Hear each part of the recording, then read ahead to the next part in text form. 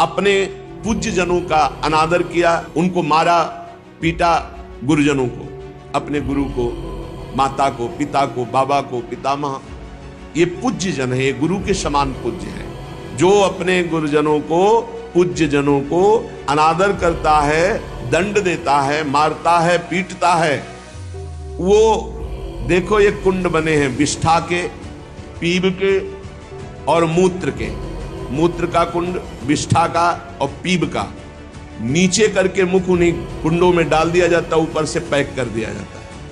हजारों वर्ष वही खाओ वही सड़ो, कितना भयानक कष्ट है। नीचे के मुख करके उसमें डाल दिया जाता है। जो एक जगह निमंत्रण मिला, फिर दूसरी जगह निमंत्रण मिला, तो पहले निमंत्रण वाले को छोड़ करके दूसरे के यहाँ निमंत्रण पाकर फिर पहले वाले के यहाँ निमंत्रण पाने गया। ऐसा नहीं है, एक जगह निमंत्रण है, वहां गए, अगर हम भूखे तो भूखे, नहीं मिला तो नहीं मिला, अब दूसरे दिन देखा जाएगा। 2, 3, 4 निमंत्रण, ऐसा नहीं। जो ब्रह्मर्षि किसी देव कार्य के लिए, पितृ कार्य के लिए यजमान के द्वारा निमंत्रित किया गया और वो दूसरी जगह भोजन कर लिया, दूसरे निमंत्रण को स्वीकार करके फिर उसके यहाँ भोजन करने गया, तो उसको यहाँ नरक में 2 टुकड़े करने वाला दंड मिलता। बार बार उसके 2 टुकड़े, ये बार बार बहुत जगह भंडारा, बहुत जगह निमंत्रण, ये ऐसा नहीं है। सिद्धांत है, तुम भूखे हो तो एक जगह चले जाओ और अपना पेट भरो, भजन करो। ये नहीं कि 5 जगह चले गए तो खूब दक्षिणा 5 जगह की मिली तो सुन लो।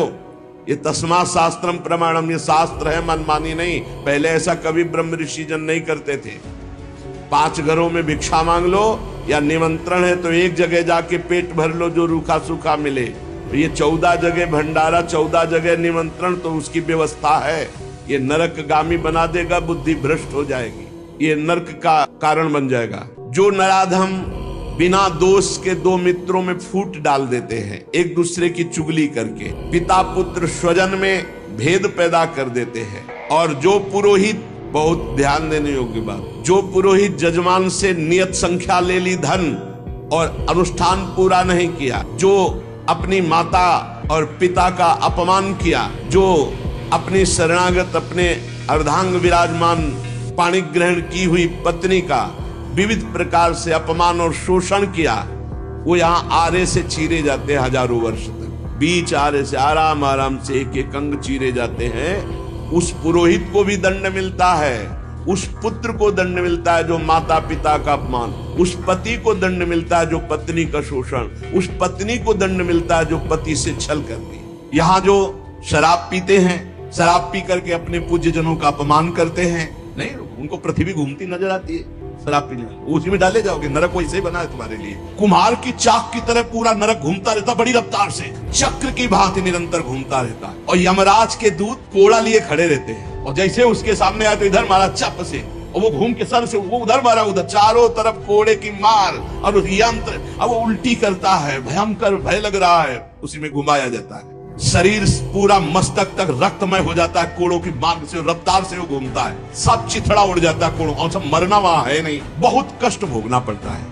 ये शराब पीना, ये बुजुर्गों का अपमान करना, दूसरों की हिंसा करना, अत्याचार करना, ये बंद कर दो। ये तुम्हें तमोगुणी राक्षसी बुद्धि प्रदान करती है, इसलिए निषेध किया गया है। इसमें मत सोचो कि जीव की हत्या नहीं, लेकिन हमारा जो शास्त्र के तस्मा शास्त्रम प्रमाणम ते कार्य व्यवस्थित, आज विज्ञान भी जो कुछ लाभ ले रहा है हमारे शास्त्रों से ही ले रहा है। तो वेद की निंदा करते हैं, देवताओं की निंदा करते हैं, संतों की निंदा करते हैं, वैष्णव की निंदा करते हैं, गुरु की निंदा करते हैं, गुरु पर दोष दृष्टि करते हैं, गुरु को वक्र दृष्टि से देखते हैं, क्रोध दृष्टि से।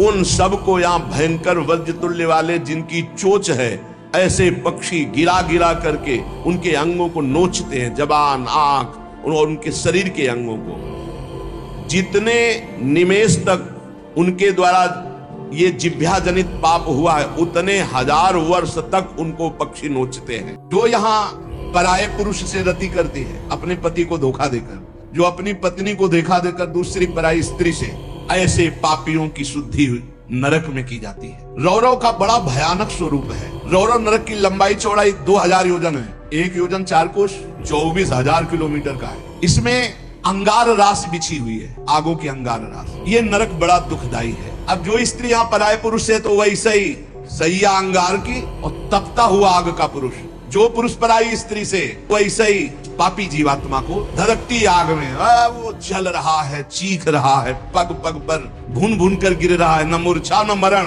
रात दिन चीखता रहता है, जलता रहता है। दौड़ना है 24,000 किलोमीटर। कितने दिन? बोले सहस्त्रों वर्ष। इसीलिए भारत भूमि में जन्म होना शास्त्रों में महानता को वर्णन किया गया, क्योंकि धर्म का पालन करने वाले जन होते हैं। जो नहीं करते उनके लिए व्यवस्था है। पाप से पापियों को कौन कौन सा नरक में दंड मिलता है वो मैं बतला रहा हूं। जो नीच मनुष्य कामना और लोभ के वशीभूत होकर दूषित दृष्टि से हर स्त्री को भोग भाव से देखता है, जिसको देखता है बस काम भाव से देखता है। बोले जो दुष्ट दूषित भाव से माताओं बहनों को भोग दृष्टि से देखता है, तो यहां बड़ी बड़ी चोंच वाले वज्र के समान, जिनकी चोंच ऐसे गिद्ध बार बार हजारों वर्ष उनकी आंखों को नोचते और खाते रहते हैं। वो आंखें बार बार होती रहती हैं, बार बार निकालते। यही वहां है कि मरना नहीं है। उनकी दोनों आंखों को वज्र तुल्य नरक के पंछी बार बार निकालते हैं और खाते हैं, और उनके पुनः नए नए नेत्र उत्पन्न हो जाते हैं। इस पापी को पलक झपकने तक के लिए विश्राम नहीं मिलता, निमिष तक के लिए कि थोड़ा चैन मिल जाए। महान दुख होता रहता है। हजारों वर्ष तक उसको इस नेत्र दर्द पीड़ा भोगनी पड़ती है। और फिर जब मृत्युलोक में जन्मता है तो नेत्र रोगी पैदा होता है वो, या नेत्र ही नहीं है या नेत्रों में दिखाई नहीं दे रहा, कई तरह के व्यवधान, जिन्होंने नेत्रों का दुरुपयोग किया।